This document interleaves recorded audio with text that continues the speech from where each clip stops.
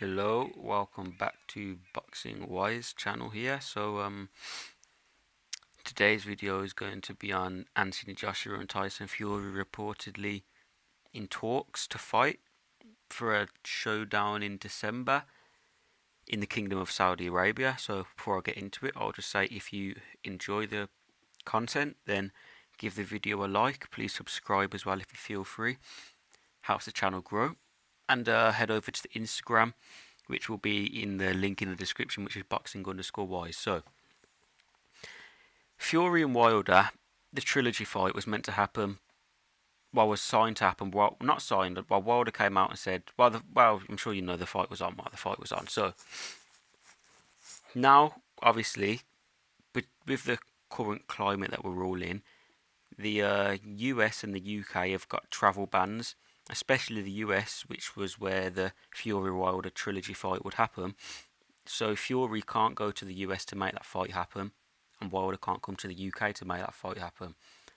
So with that, it looks like Tyson Fury's fight with Wilder is going to be off, or at least postponed, and Joshua's fight, which is going to be in the UK, is also going to be postponed, which was meant to be a mandatory defence against Kubrat Pulev. So the two teams, Eddie Hearn and Fury's team, his management team, that is MTK Global, have in talks reportedly about a mega fight, a showdown in December for the undisputed world championship in Saudi Arabia, which, if I'm correct, the lockdown there is quite heavy. However, they've got a lesser number of cases, so they're probably going to be out the lockdown sooner, or they might already be out the lockdown now. I'm not too sure.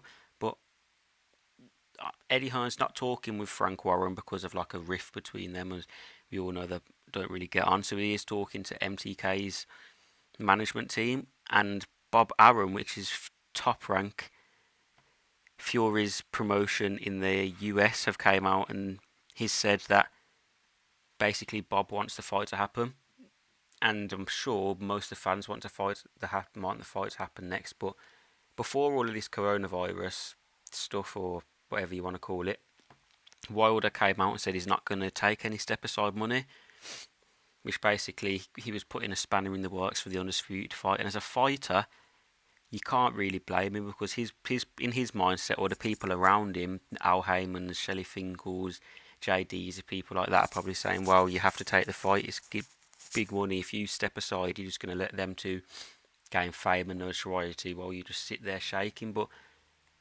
me, personally, and a lot of other sensible boxing fans disagree with that. We think, well, Wilder's going to be getting millions in step aside money to fight. It's one fight after, which probably have to wait 5-6 months after he's ready to fight, granted, but he will be getting millions of money to potentially fight Anthony Joshua, who a lot of people, and myself personally, believes he has a better style match up against.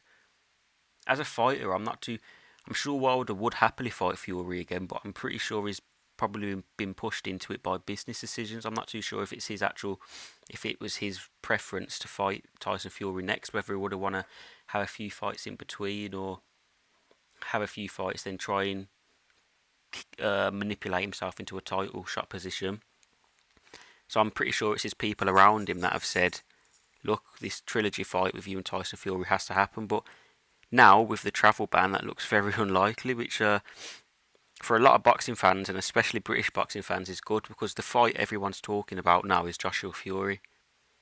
And people are saying it should happen in the UK, but a fight of that magnitude needs to be remembered. That's the fight, probably the biggest British heavyweight title fight there's ever been. The first time two Brits would ever fight for the undisputed world title, and to have that in the UK, it would have to be behind closed doors, which I'm not too sure if that could happen, if a fight like of that magnitude could be behind closed doors.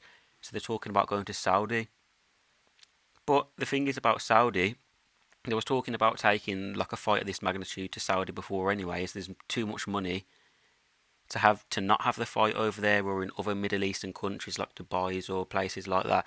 There's too much money to have the fight over there, for example, whereas in Saudi the pot might be for this sort of fight 500 million. In the UK it might be 200 million, or that's just obviously example numbers. I'm not an accountant. I'm not too sure how much these big fighters are actually earning.